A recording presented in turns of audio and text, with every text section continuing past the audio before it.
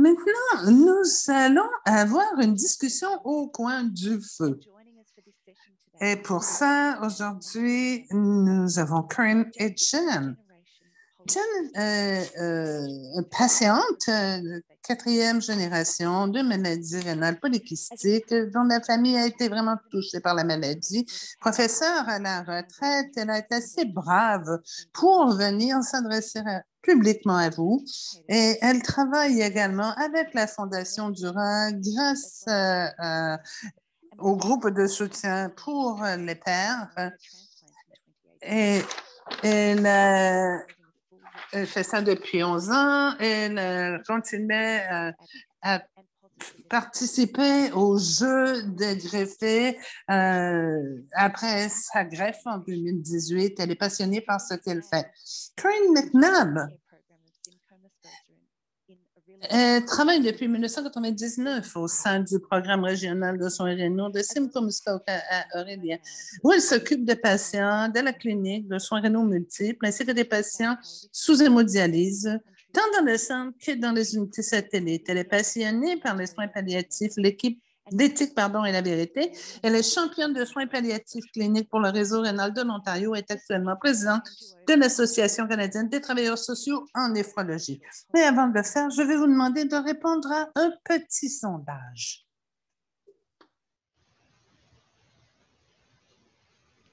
How did you advocate for yourself through your journey with kidney disease? Alors, comment ça va? Comment faites-vous la promotion de ce qui vous arrive dans vos journées, dans votre aventure, si on veut, de maladie rénale? Okay, we'll get to the results of the...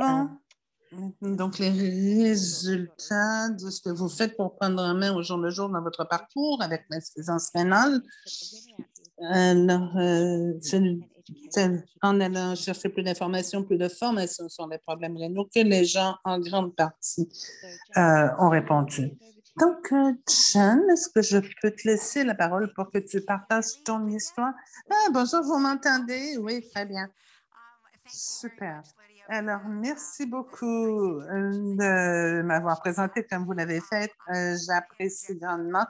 Je veux simplement dire que je ne suis qu'une parmi des dizaines de milliers de patients. Dans le dernier atelier, on parlait d'une personne sur 10 touchée par la maladie rénale. Donc, moi, j'ai une histoire qui n'est pas unique, mais je vais vous parler de mon histoire. Ça a commencé il y a plus de 40 ans lorsque j'ai eu mon premier diagnostic. J'ai découvert que j'avais hérité de cette maladie rénale de mon père. Et je pense que j'ai commencé à ce moment-là à porter plus attention à sa dialyse et à ses examens de laboratoire, à l'information qu'on lui donnait au sujet de la maladie. Je n'avais pas vraiment de symptômes jusqu'à ce que, bon, il y a 30 ans, j'étais jeune agricultrice, j'avais 3 jeunes enfants de moins de 5 ans et j'ai dû aller pendant 2 semaines à l'hôpital à cause de Pierre, de calculs rénaux. Et à ce moment-là, on m'a dit que oui, j'avais vraiment une maladie rénale. Et j'essayais d'être proactive, j'essayais de pouvoir atténuer d'autres problèmes médicaux à l'époque en essayant de rester le plus en santé possible. Je sais que je suis d'une génération où on ne pose pas beaucoup de questions, on ne questionne pas l'autorité. Donc, d'une certaine façon, ça a été difficile de parler pour moi, de poser des questions aux gens. Mais j'ai réalisé qu'avec un peu de pratique, je prenais confiance en moi. Et c'était un peu plus facile à la longue de poser certaines questions à mes médecins à propos de ma maladie, etc. Et notre famille a été frappée par ces maladies génétiques. On a 50 chances sur ça d'être touchés. On a une douzaine de personnes dans ma famille qui ont des maladies rénales, dont ma sœur, mes 2 filles. Donc, bon, vraiment, le 50-50, ça nous touche.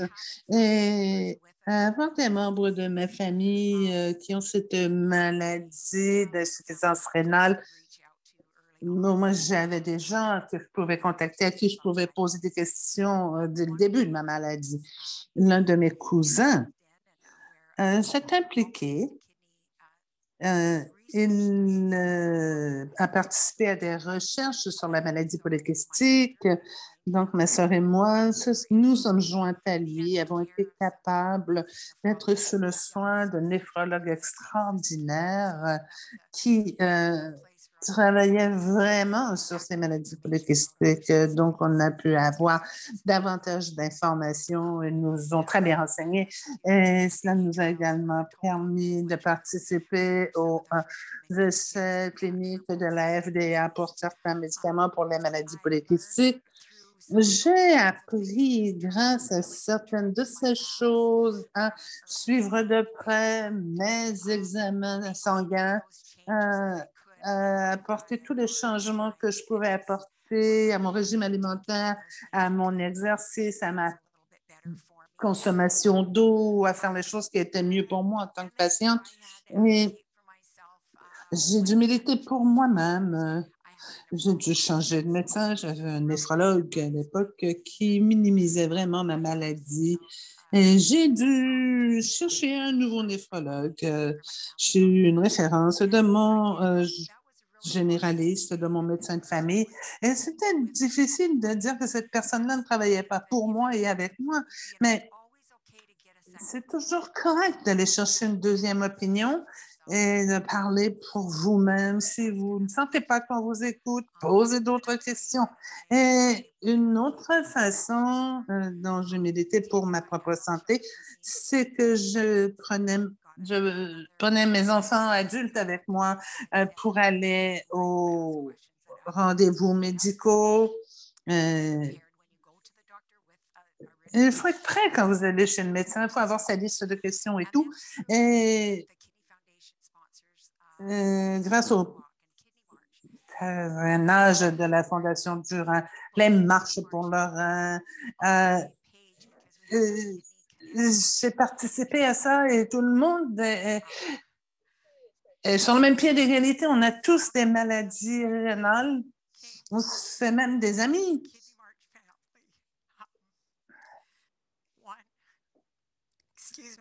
Je m'excuse. Il y a une fille en particulier qui est devenue mon mentor et l'insuffisance rénale, l'historique familial, et elle avait un cas qui était très semblable au mien, la dialyse, la greffe et tout. Elle m'a aidé à faire tout cela étape par étape. Et j'ai une autre très bonne amie à la Fondation du Rhin que j'ai connue par la Marche pour le Rhin et qui a eu une double néphrectomie juste avant que moi j'en ai besoin d'une. Donc elle m'appelait, elle venait me voir à l'hôpital, elle m'encourageait. Elle m'a dit, tu es capable de le faire. Donc, je ne peux pas assez vous dire à quel point ce système de soutien a été important pour moi. Il y en a plein dans notre communauté de patients souffrant d'insuffisance rénale. Donc, j'ai eu, bon, je reviens un peu. J'ai dû laisser mon emploi à cause de ma fonction rénale qui diminuait. Et ça a été difficile aussi. C'est un autre pont que vous devez traverser. Peut-être êtes-vous malade et vous ne pouvez même pas continuer à travailler ou encore vous êtes malade et vous devez continuer à travailler mais en mauvaise santé. Alors, c'est jamais facile. J'étais capable d'aller de me concentrer sur ma santé, d'aller en dialyse. Donc, ça fait 4 ans maintenant que j'ai commencé la dialyse. Ça va faire 4 ans la semaine prochaine. Au début, ça a été rapide, comme c'est le cas pour tous, beaucoup d'entre vous, du moins. Ensuite, j'étais à l'hôpital pendant cette période-là, pendant 10 semaines, pour préparer mon corps afin de pouvoir refaire des forces pour avoir une double néphrectomie. C'est quand dans ces moments-là que j'ai dû m'appuyer sur les gens qui étaient autour de moi et on est passé à travers et j'étais capable de continuer ma vie et de survivre à cette insuffisance rénale. Et il y a mon fils et deux autres personnes qui ont été testées pour devenir des donneurs vivants. Et en 2018, un an et demi après avoir commencé la dialyse, j'ai pu avoir une greffe cadeau de mon fils donneur. C'est mon enfant préféré, je devrais dire. Mais c'était un moment génial pour la famille, retrouver la santé, etc. Et là, maintenant, je travaille très fort pour aider d'autres patients souffrant de maladies rénales. Et maintenant, pour des receveurs potentiels, des familles de donneurs, je travaille avec l'Association canadienne de greffe rénale. J'ai participé également aux Jeux en février 2020, Jeux internationaux de patients greffés. Et on va continuer à voyager en 2022. On va être à Winnipeg pour les Jeux canadiens. Et l'avenir est resplendissant pour moi. Je peux vous dire qu'il faut, quand on veut militer pour soi, aller chercher l'information, l'éducation, ça demande beaucoup de courage. Et il faut avoir un système de soutien que vous retrouverez auprès des gens avec. Je suis désolée d'avoir à vous interrompre. Allô? Ouais, c'est difficile de savoir quand tout commence et finit, mais vous avez une histoire fabuleuse, alors vous avez décidé de venir discuter avec nous. Nous sommes des amis depuis 3 semaines. J'écoute votre histoire et bien sûr, vous avez été capable de faire un grand bout de chemin tout seul, mais vous en avez parlé dans votre présentation. Vous avez dit que l'une des premières choses que vous avez décidé de faire dans cette aventure, c'est d'aller chercher énormément d'informations parce que vous considériez que vous seriez mieux équipé pour rester en santé. D'autres membres de votre famille étaient prêts à partager avec vous aussi. Oui, mes cousins m'ont bien aidé. On avait perdu mon oncle, ma tante et un cousin à l'époque, mais les membres de la famille étaient prêts à partager. Et encore une fois, quand vous vous rendez compte que vous avez une maladie polycystique, c'est toute une surprise et vous commencez à avoir ces conversations. Vous apprenez des autres, etc. Oui. Vous avez dit que ce n'a pas été facile pour vous. Vous rappelez-vous de la première fois où vous avez dû parler pour vous-même et comment que ça s'est passé? Ben, c'était dans ma famille, avec mon mari. J'avais lui expliqué que c'était une vraie maladie et donc on devrait travailler ensemble. La deuxième fois, ça a été un défi. J'ai dû changer de médecin, comme je le disais. Et encore une fois, essayer de me vendre, de militer pour moi-même, de dire l'équipe conforme ne fonctionne pas. On est censé travailler en partenariat, donc désolé, mais je devrais aller voir un autre néphrologue. Et vous avez parlé de voir une référence pour un autre néphrologue. Ça a dû vous demander pas mal de courage. Oui, j'avais peur. J'avais peur parce que bon, j'ai été élevée à me faire dire qu'on ne remet pas en question ce que dit un médecin. Mais maintenant, je sais que c'est OK d'aller chercher une deuxième opinion. Il faut être brave à le faire.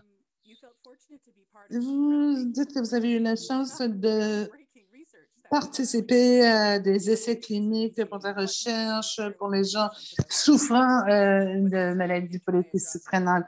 Alors, est-ce que c'est épouvantable? Est-ce que ça fait peur d'essayer un médicament qui n'a jamais été testé sur personne? Oui, on savait que ça avait été testé chez des patients cardiaques pour des anomalies cardiaques et d'autres problèmes médicaux. Donc, on n'était pas les premiers humains à être les cobayes, mais on était les premiers patients polykystiques. Oui. Et Il y avait beaucoup de monde dans le premier groupe.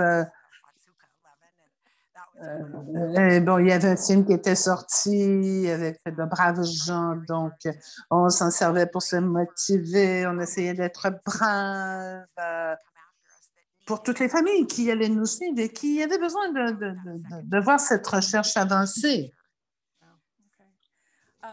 Vous avez dit aussi que vous avez fait tout ce que vous pouviez pour comprendre vos résultats de laboratoire, pour pouvoir faire des changements alimentaires. Est-ce que ça a bien fonctionné pour vous? Est-ce que vous avez réussi à faire les bons changements? C'était difficile, particulièrement quand j'ai commencé la dialyse. C'est là que j'ai dû faire beaucoup de changements alimentaires et j'en suis arrivée à un point où je mettais de côté la liste des aliments que je ne pouvais pas manger et je me concentrais sur ce que je pouvais manger, faible en potassium, en phosphore, parce que, bon, si je ne voyais pas l'autre liste qui contenait beaucoup d'éléments que j'aimais, c'était moins grave. Ça me facilitait un petit peu la tâche. Oui, je suis sûre que beaucoup de personnes comprennent ça. Vous deviez penser à savoir si vous alliez arrêter de travailler. Comment ça s'est passé pour vous? I had a lot of help with my mentors. They helped walk me through.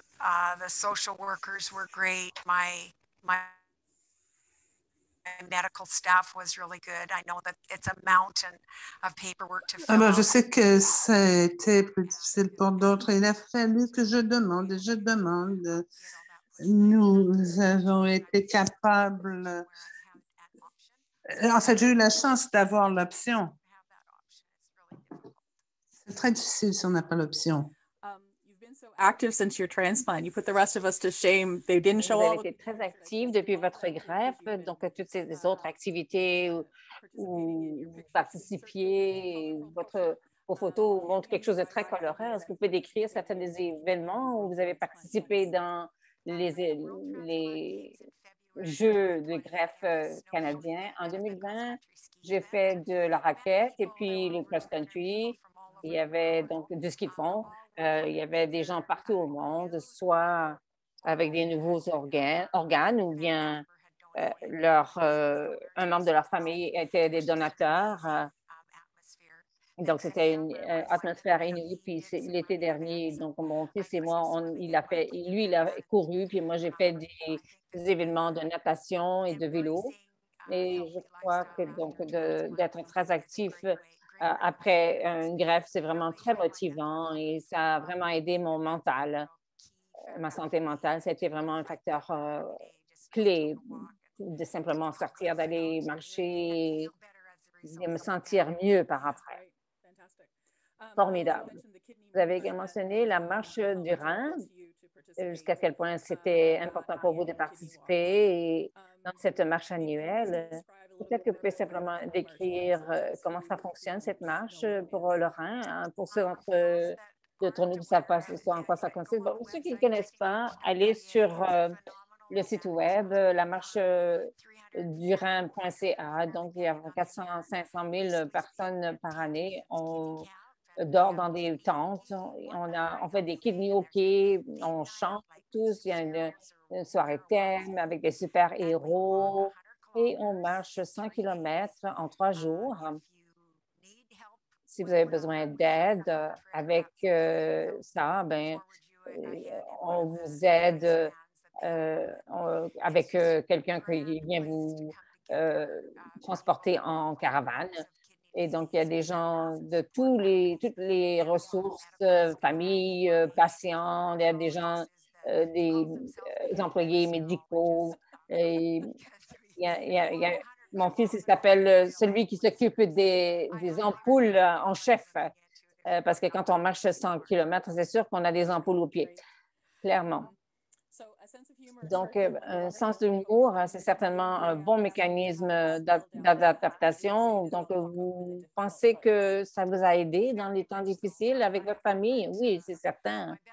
Je sais que mon ventre était vraiment très enflé avec mes problèmes de rein. J'ai 2 jumeaux et donc je savais ce que c'était d'avoir un gros ventre et on les a appelés les reins avant que j'ai mon problème. Donc, il y avait une du côté droit, l'autre du côté gauche. Donc, on essayait de savoir combien pesait parce qu'on avait simplement besoin de rire de l'énormité de cette souffrance. Et donc, après ça, donc, elles ont sorti. Donc, j'étais vraiment très contente de savoir qu'elles étaient sorties. Donc, en parlant de votre famille et de votre fils, lorsque votre fils vous a offert son rein, est-ce que vous avez eu de la difficulté à l'accepter ou bien vous l'avez accepté immédiatement? Je sais que c'est difficile. Ça, c'est une question pas facile. Oui, étant donné que j'ai 2 filles qui ont également des maladies rénales, polykystiques, est-ce qu'il n'aurait pas dû attendre donc pour donner un rein à une de ses 2 sœurs à titre de famille? On croit fermement en la recherche et on pense que d'ici quelques années, lorsque mes filles atteindront cette époque de leur vie, elles auront plus d'options qui s'offriront à elles. Et lorsque donc mon fils a voulu offrir son rein, on s'est assis en famille, on en a parlé. C'est quelque chose qu'il voulait vraiment faire. Il voulait juste être l'enfant favori, là. Donc c'était une expérience d'humilité d'accepter ça. Donc, j'ai une vie formidable suite à la greffe. Je suis pleine de gratitude envers mon fils. Avec votre famille, donc, que vous avez une équipe de soutien formidable. Est-ce que vous pouvez nous dire comment vous avez bâti cette équipe? Qui y est? Puis pourquoi est-ce que c'est important? Vous en avez parlé déjà un petit peu. Oui, la plupart d'entre eux viennent de la Fondation du Rhin, puis des marches du Rhin et des employés de la Fondation. Et surtout de celle de la marche, parce que lorsqu'on marche, fait cette marche du Rhin, on marche pendant 1 heure avec une personne, puis après ça, on passe à une autre personne. Et donc, ça se prête vraiment facilement à la rencontre de nombre de personnes. Et puis, ils reviennent année après année. Donc, on garde le contact, on vérifie comment on va et on essaie de voir comment ça va à travers les temps, les difficiles et les plus faciles. On a perdu dans notre famille des membres de notre famille à cette maladie également. Donc, d'avoir un système de soutien, c'est vraiment une partie très intrinsèque de passer à travers ces temps difficiles et de ressortir gagnant de l'autre côté. Donc, vous êtes maintenant une bénévole vous-même. Est-ce que c'est important de rendre de cette façon? Oui, c'est certain. La Fondation du Rhin a été extrêmement généreuse à toute ma famille et nous a guidés dans beaucoup du cheminement, beaucoup de débats, de défis. Et donc, c'est formidable d'être une bénévole à mon tour. Moi, je fais le soutien pour une personne à la fois. Donc, d'avoir une personne qui est là, qui vous écoute, c'est vraiment valable.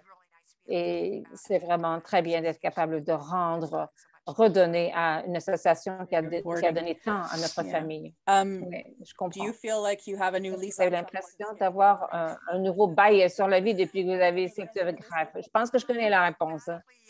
Oui, c'est bien sûr, oui. Et notre famille a toujours été active, mais de vraiment d'apprécier d'être libre de dialyse. Vous savez, j'ai suivi le cheminement de mon père et de ma famille et ça ne m'a jamais arrêté d'avoir une famille, une vie active. Il prenait sa dialyse puis il partait avec marcher. Mais il y a une sœur qui, elle était sur la dialyse péritonéale, elle prenait ses effets puis elle est restée avec moi quand moi j'étais malade. Et donc, on essaie de ne pas laisser ces obstacles nous empêcher de vivre à ce point-là. Donc, les gens que vous avez rencontrés et avec qui vous êtes devenus amis sur la dialyse, c'est devenu comme une famille. Est-ce que ça faisait bizarre de retourner voir ces gens-là sur la dialyse? C'est comment? Oui, c'est un peu aigre, sucré, parce qu'on a l'impression d'être un survivant, mais vous vous sentez bizarre parce que vous n'êtes plus relié à la machine. Je suis retournée avant la pandémie, j'allais visiter, mais malheureusement, ce n'est plus possible à l'heure actuelle. Mais j'ai l'intention d'y retourner et on apprend à connaître les employés ou les gens qui ont eu un bébé, par exemple, qui s'est ajouté à leur famille. Et on trouve énormément de soutien avec la dialyse. Ça peut être vraiment des moments très pleins de défis. Et ils m'ont toujours soutenu. Ils sont vraiment très professionnels. Ils sont tellement bien formés. C'est une équipe formidable. Dans tout truc de dialyse où je suis allée, que ce soit en Colombie-Britannique, à Slave Lake, ailleurs, à Lethbridge, Calgary, ils sont des employés vraiment super, avec des super aptitudes. Merci. Donc, vous êtes probablement une excellente patiente également. Donc, je pense qu'on a une autre question de sondage pour tout le monde.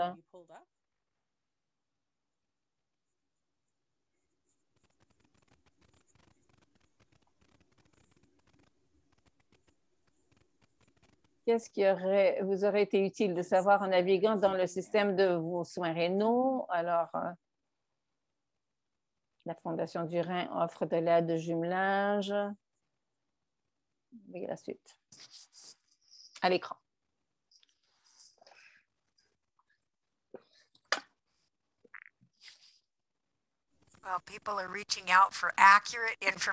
Les gens recherchent des informations exactes. Ça, c'est certain que les gens cherchent ça. Oui, définitivement.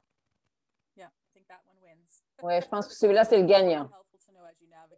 Qu'est-ce qui aurait été le plus utile à savoir en naviguant le système? Certainement, donc, un site web qui existe. Même le site web de la Fondation du Rhin. Une autre question, s'il nous reste un petit peu de temps, vous avez mentionné du voyage. Est-ce que c'est difficile à organiser? Vous avez dit que vous avez eu des bons traitements partout, mais est-ce que ça vous c'était difficile de traverser des endroits où vous arriviez à des gens que vous ne connaissez pas du tout? Peut-être la première fois, hein? Mais j'étais déjà allée à une couple d'autres unités à Calgary avant d'aller à Lethbridge. Et ça se ressemble beaucoup. Il y en a qui sont plus petits, d'autres qui sont plus gros, plus intimes. Mais les employés de chaque unité étaient vraiment exceptionnels, très professionnels. Et ce n'était pas difficile à organiser. J'essayais de leur donner un préavis de 3 à 4 semaines. Et donc, j'avais rien à faire. J'avais juste à à mettre la demande. Donc, ne présumez pas de ça comme étant un obstacle. L'insuffisance rénale, ça n'a pas à nous définir. Ça fait juste une partie de notre vie. Est-ce que vous avez des mots de sagesse que vous avez à dire en clôture? Oui, le soutien. Regardez le bon côté de la vie parce que, en fin de compte, tout ce qui est important, c'est comment est-ce qu'on se traite l'un l'autre et comment on se traite soi-même. Et donc, soyez gentils avec vous-même, parlez en votre défense. Il y a beaucoup de gens qui sont là, qui veulent aider et qui ne savent pas comment. Donc, c'est juste correct de savoir demander de l'aide. Merci beaucoup. Merci infiniment. Vous m'avez fait sentir bien à l'aise. Et merci, Lydia, de l'occasion de parler aux autres Canadiens. C'était un très beau privilège. Merci, j'apprécie. Merci, Janet. C'est bien. Je suis très contente de la discussion d'aujourd'hui. J'ai vraiment senti que ça irradie partout. Merci beaucoup. Donc, on allait faire des questions-réponses, mais on n'a pas eu encore de questions. Donc, Jen, vous étiez peut-être trop occupée pendant qu'on parle, mais peut-être des mots gentils de soutien et d'appréciation pour le partage de votre histoire. Et on apprécie vraiment donc tout ça. Il nous reste une couple de minutes. Donc, si les gens veulent demander à Jen une question, On a ouvert la conversation, donc via le chat. Bonjour, d'ici 6 mois à peu près, je m'attends à commencer la dialyse. Et je veux savoir jusqu'à quel point vous avez trouvé ça efficace pour votre santé d'aller à la dialyse de façon régulière.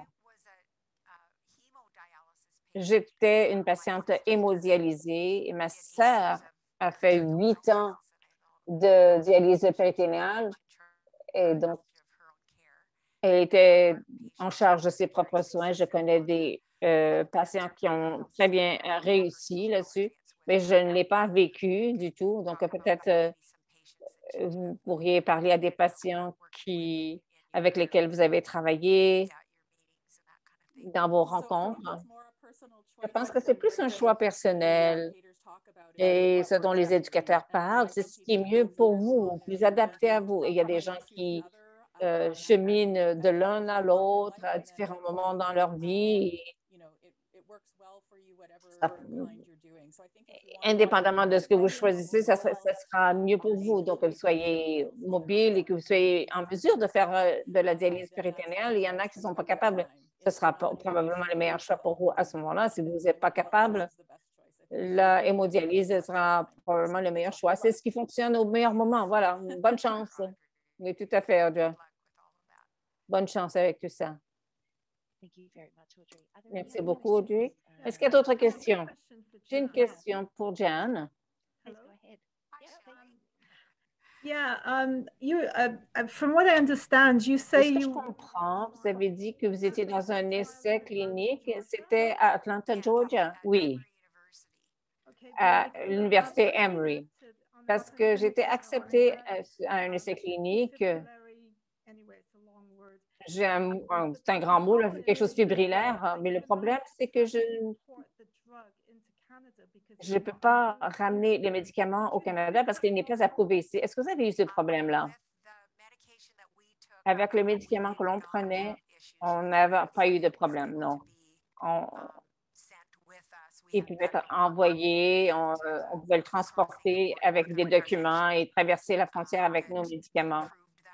Et c'était approuvé, donc, en traversant les frontières. Mais je comprends. Même à titre de greffé, j'ai une lettre qui dit que si je voyage à un autre pays, c'est légal que j'ai ces médicaments en ma possession. Donc, je pense que c'est quelque chose qu'il faut tous vérifier et aller chercher les préapprobations. Merci. Est-ce qu'il y a une autre question de June? Pour faire de la dialyse péritonéale, quel est le test?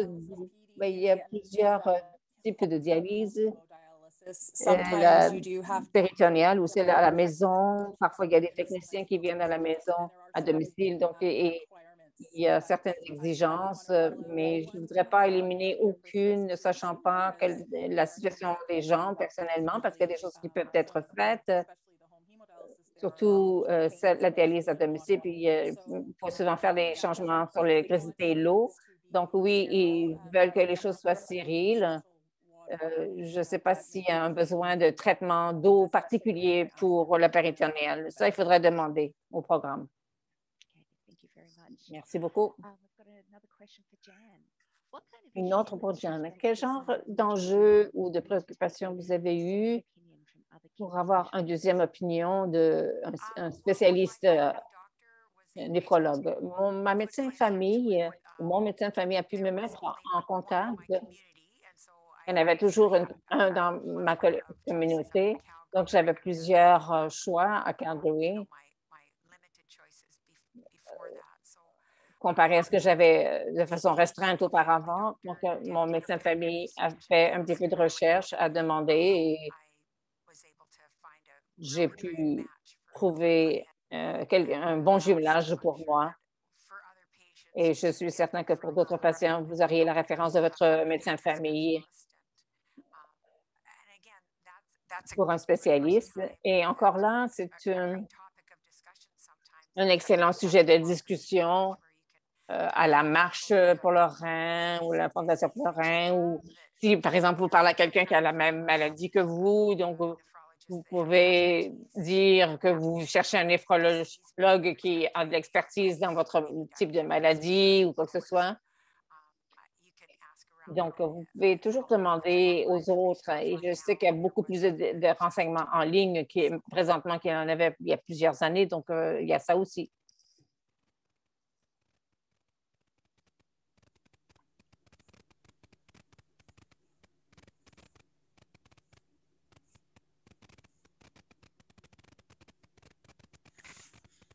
Corinne, can you think of anything else that you'd like to add? Est-ce quelque chose d'autre que vous voudriez ajouter?